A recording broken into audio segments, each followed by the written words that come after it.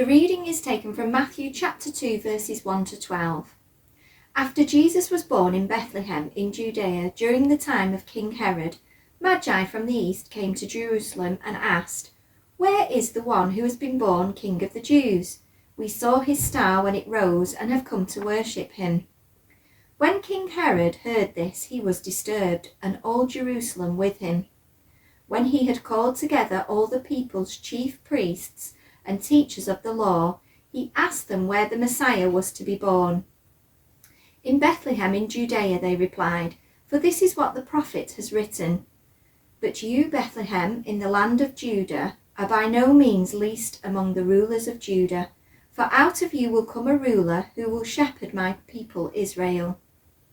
Then Herod called the Magi secretly and found out from them the exact time the star had appeared. He sent them to Bethlehem and said, "Go and search carefully for the child. As soon as you find him, report to me so that I too may go and worship him." After they had heard the king, they went on their way, and the star they had seen when it rose went ahead of them until it stopped over the place where the child was.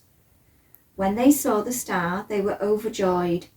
On coming to the house, they saw the child with his mother Mary, and they bowed down and worshipped him. Then they opened their treasures and presented him with gifts of gold, frankincense and myrrh.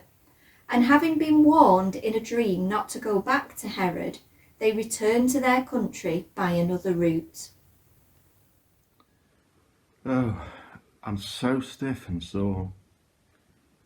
Not surprising, I suppose, as I have spent most of the last 2 months sat on a camel. Quite a change from staying at home and looking up at the stars. They call us wise men, but there's been many times over the past couple of months when I've not felt very wise at all. It all started when we saw a bright star that suddenly appeared. When we examined our charts, we realised that it meant that the King of the Jews had been born. This was very exciting, and it only seemed right and proper for us to go and worship him.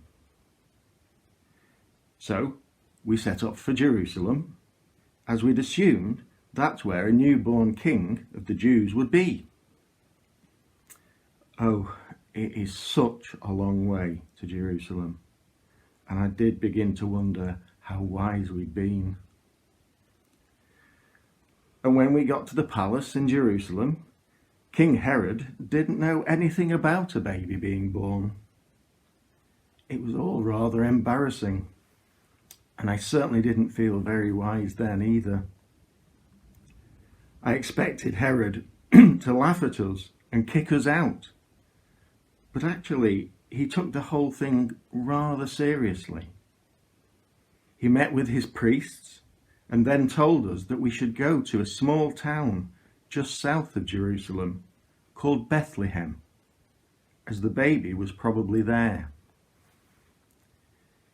This is because the Jews have been expecting this king, who they call the Messiah, for hundreds of years, and their scriptures say that he will be born in Bethlehem. So off we went to Bethlehem, and soon found a house where there was a baby boy. But it was a very ordinary house, not where you'd expect to find a king. I was starting to wonder again how wise we'd been, but as soon as we spoke to the parents, we knew we were right.